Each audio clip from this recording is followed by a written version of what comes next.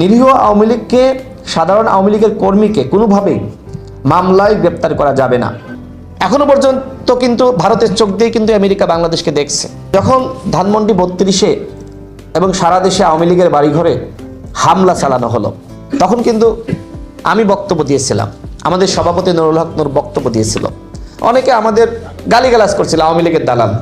একমাত্র অপরাধী যারা গণহত্যা চালিয়েছে, ছাত্র জনতার উপর হামলা চালিয়েছে, উপজেলায় বলেন, ওয়ার্ডে বলেন, পাড়ায় বলেন, মহল্লায় বলেন, আর সেন্ট্রালে বলেন, তাদেরকে লিস্ট করে করে ধরতে হবে। যদি আপনি সাধারণ মানুষকে হয়রানি করেন, তাহলে কিন্তু এই সমাজ, রাষ্ট্র ব্যবস্থা ভেঙে পড়বে।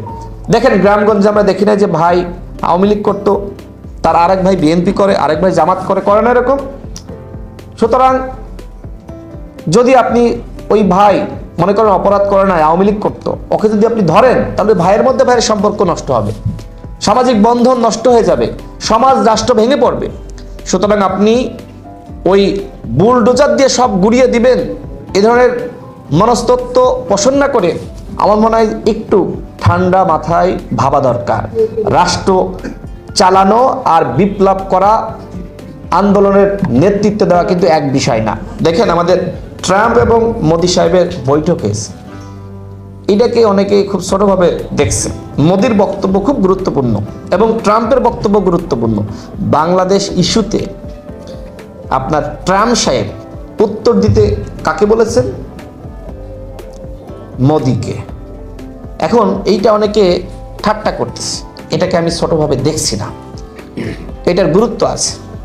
আমি একটা গুরুত্বপূর্ণ জায়গা থেকে তথ্য পেয়েছিলাম, সেটি হলো যে এখনো পর্যন্ত বাংলাদেশের প্রশ্নে আমেরিকা, ইউরোপ ভারতকে ছাড়া কিছু বোঝে না, সবার আগে ভারতের বক্তব্য গ্রহণ করে। আমি অনেক কিছু আসলে এখানে খোলামেলা বলতে পারছি না, কিন্তু এটা সত্য এবং এই বক্তব্য আমি একটি গুরুত্বপূর্ণ জায়গা থেকে পেয়েছি। তার মানে কি? তার মানে আমাদের এদেশের সরকার, এদেশের জনগণকে খোলামেলা আমেরিকাকে বলতে হবে যে তোমার সাথে সরাসরি সম্পর্ক হবে আমার, ভারতের চোখ দিয়ে তুমি বাংলাদেশকে আর দেখতে পারবা না। এখনো পর্যন্ত কিন্তু ভারতের চোখ দিয়ে কিন্তু আমেরিকা বাংলাদেশকে দেখছে, তার প্রমাণ কিন্তু আপনারা এই বৈঠকে পেয়েছেন।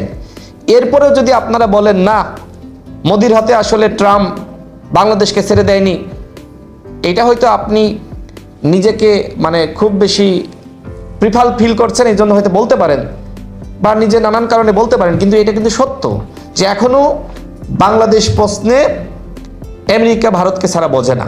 সুতরাং আমাদেরকে আমেরিকাকে বলতে হবে যে ভারতের মাধ্যমে ভায়া হয়ে কোনো সম্পর্ক, কোনো বোঝাপড়া আমরা চাই না।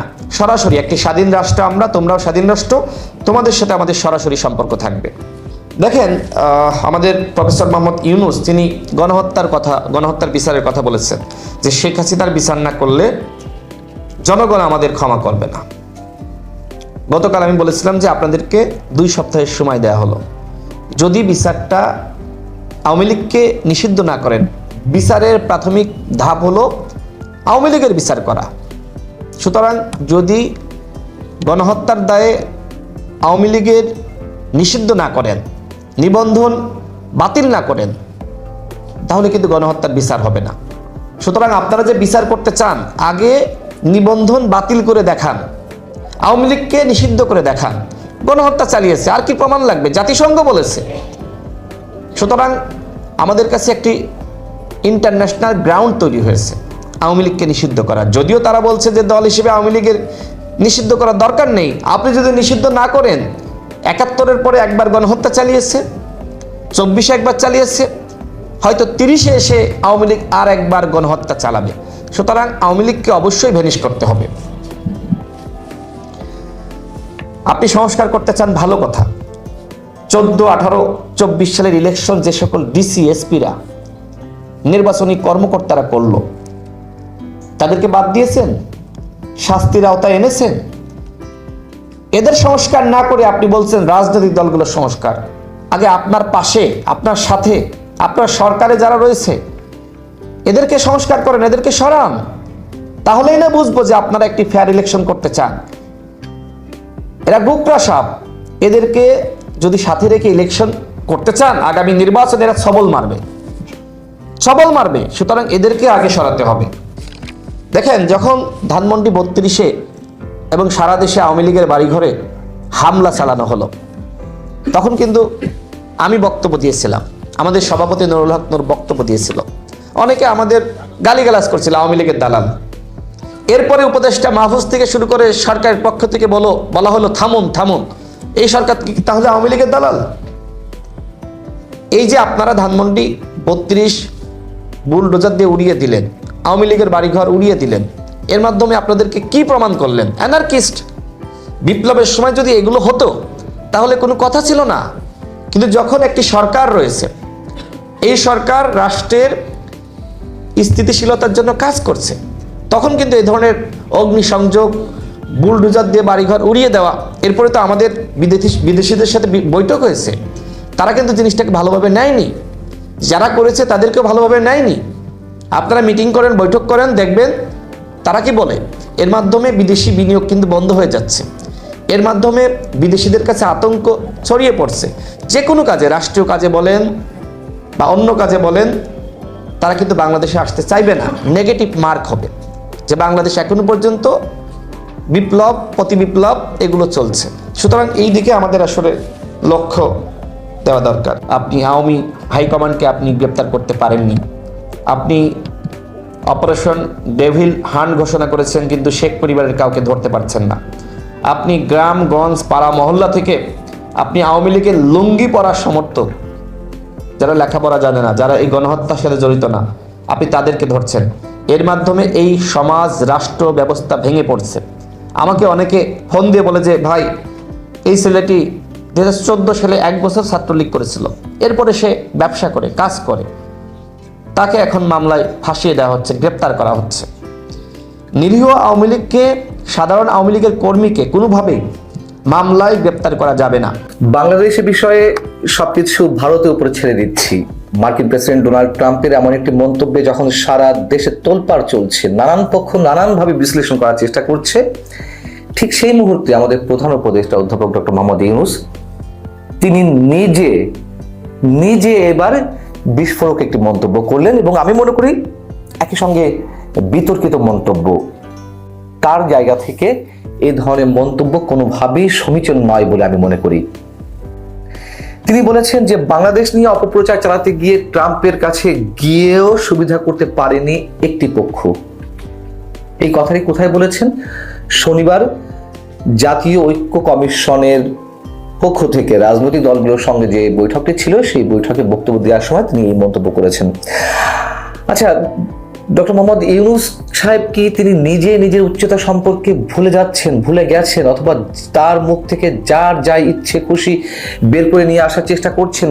অনেকেই তার সরকারের মধ্যে যারা রয়েছে, তার আশপাশে যারা রয়েছেন, তার মুখ থেকে তো আমরা এই ধরনের মন্তব্য আশা করি না, যদিও এর আগে তিনি নানান ধরনের বিতর্কিত মন্তব্য করে যাচ্ছেন।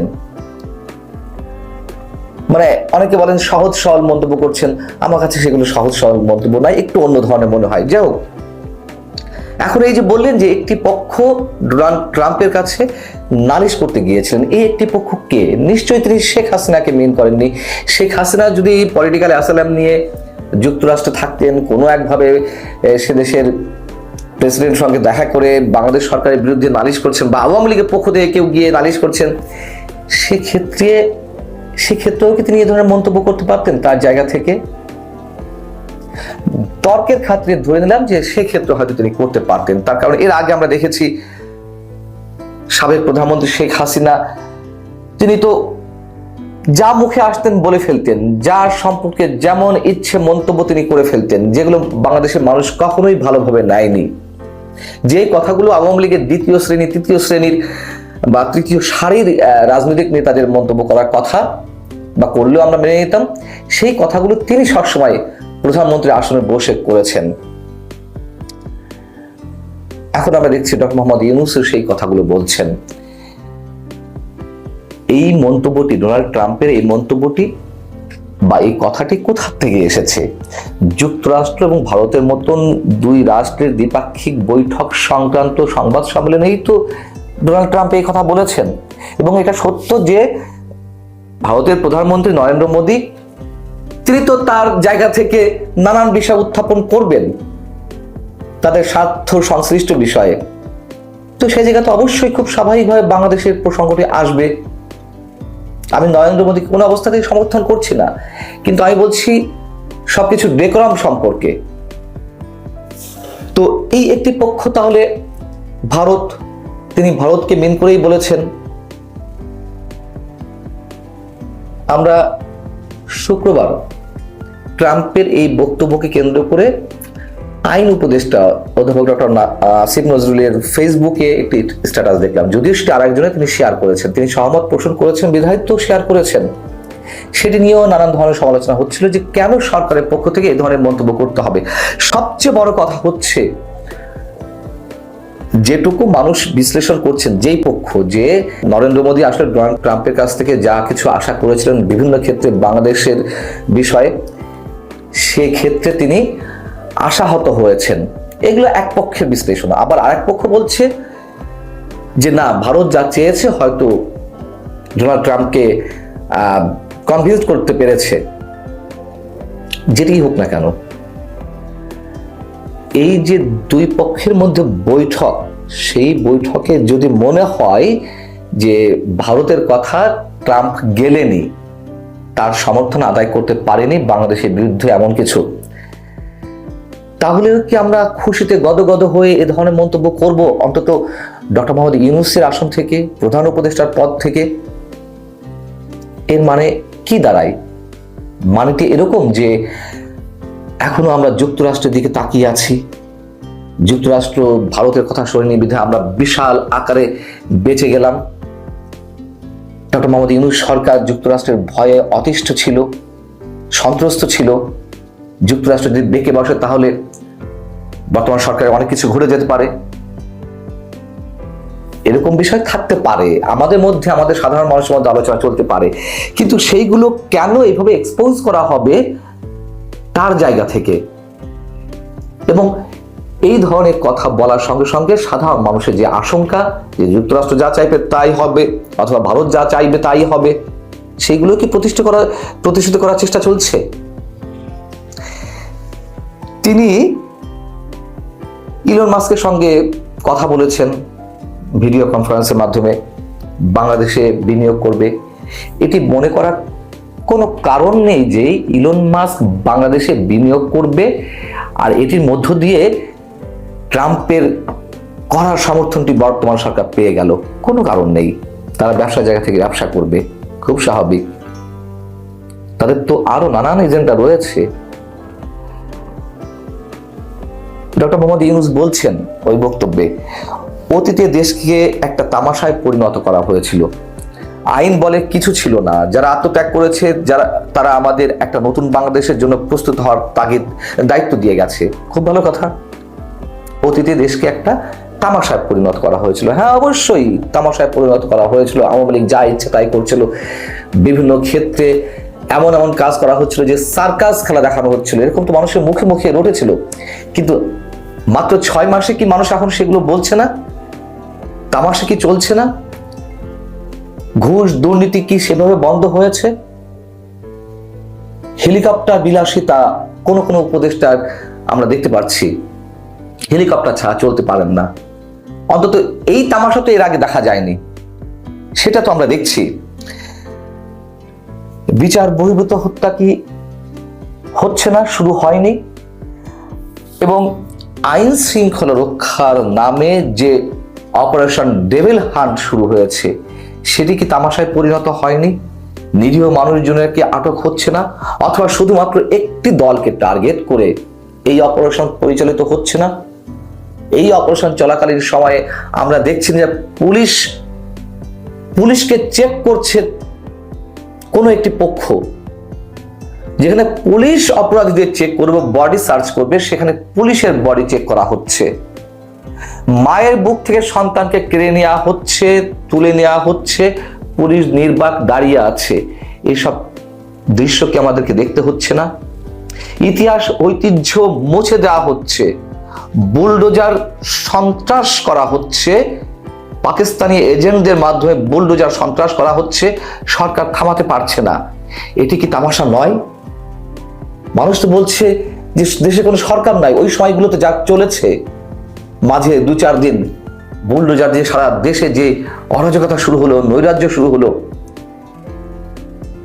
যারা আত্মত্যাগ করেছেন, যাদের আত্মত্যাগের কথা প্রধান উপদেষ্টা তুলে ধরলেন, তাদের সঙ্গে কি প্রতারণা করা হচ্ছে না? তারা কি এই বাংলাদেশ চেয়েছিল গণঅভ্যুত্থানের মাধ্যমে? তারা কি স্বৈরাচার মুক্ত বাংলাদেশে এই ধরনের দৃশ্য দেখতে চেয়েছিল? চায়নি তো, তাই না? তাহলে তো অবশ্যই তাদের আত্মার সঙ্গে প্রতারণা করা হচ্ছে। গণতান্ত্রিক অধিকার কি নিশ্চিত হয়েছে? গণমাধ্যমের অধিকার নিশ্চিত হয়েছে? গণমাধ্যম স্বাধীনভাবে কথা বলতে পারছে? সবই যে সেলফ সেন্সরশিপের মধ্যে চলছে। এবং আমাদের মতো কয়েক মানুষ যারা সমালোচনা করছে সরকারের বিভিন্ন অসঙ্গতি, অনিয়মের বিরুদ্ধে কথা বলছি,